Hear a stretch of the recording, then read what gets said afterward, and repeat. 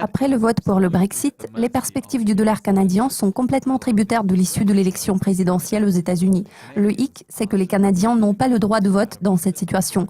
Adam Batten, Forex Live.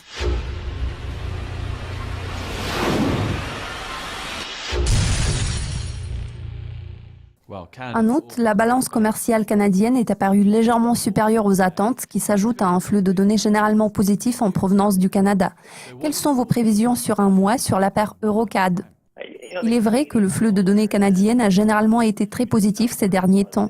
La balance des opérations courantes a surpris légèrement à la hausse, ce qui a donné un coup de pouce au dollar canadien. La croissance du PIB du pays est également apparue très solide. Il y a 2 semaines, le pétrole a connu un rallye. Le cours du baril s'est raffermi de 11%.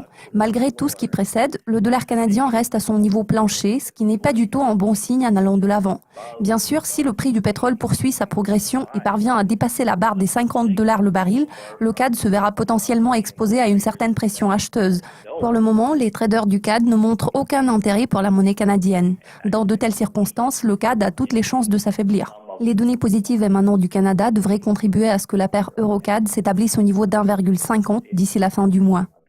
Les élections présidentielles américaines et une éventuelle hausse des taux d'intérêt en décembre auront le plus de poids dans les 3 prochains mois.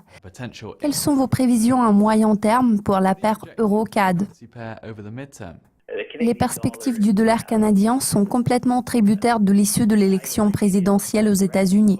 Le degré d'importance du résultat du scrutin sera comparable à celui du vote en faveur du Brexit. Le hic, c'est que les Canadiens n'ont pas le droit de vote dans cette situation. Donald Trump a déjà déclaré son intention de remettre à plat l'accord de libre-échange nord-américain visant principalement le Mexique. Pourtant, il se peut que les relations commerciales entre les États-Unis et le Canada soient renégociées. Cela alimente une forte incertitude autour des perspectives politiques. Vu que la probabilité d'une victoire de Trump varie actuellement entre 20 et 30%, cela représente un risque majeur pour le Canada et le dollar canadien. Si Trump remporte la course présidentielle, la performance du CAD sera très mauvaise au cours de cette période. Je table sur le niveau d'1,52 pour la paire Euro-CAD dans un intervalle de 3 mois.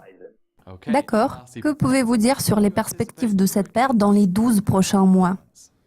Pour ce qui est des facteurs internes, c'est le marché immobilier qui pose le plus de problèmes au Canada. Les données les plus récentes ont affiché une baisse spectaculaire en termes de volume de vente, en particulier sur la côte ouest du Canada.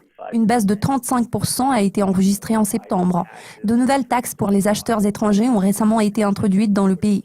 Selon certains, nous pourrions voir davantage de mesures de ce genre en allant de l'avant, ce qui ne ferait qu'aggraver la situation du marché immobilier du Canada. Nous constatons une correction marquée des prix des logements au Canada en raison des mesures adoptées par le gouvernement du pays, et ce, dans le contexte des prix obstinément bas des matières premières. Il est possible que le Canada bénéficie d'un certain soutien de la part des États-Unis. Par contre, il est peu probable que la situation sur le marché des matières premières s'améliore dans un avenir prévisible. Mes prévisions sur 12 mois se situent à 1,55 car la situation semble s'améliorer en Europe tandis que le Canada est en proie à la stagnation. Adam, tous mes remerciements pour votre participation. Restez à l'écoute de Dukascopy TV pour être au courant de tout ce qui se passe dans le monde de la finance. À bientôt.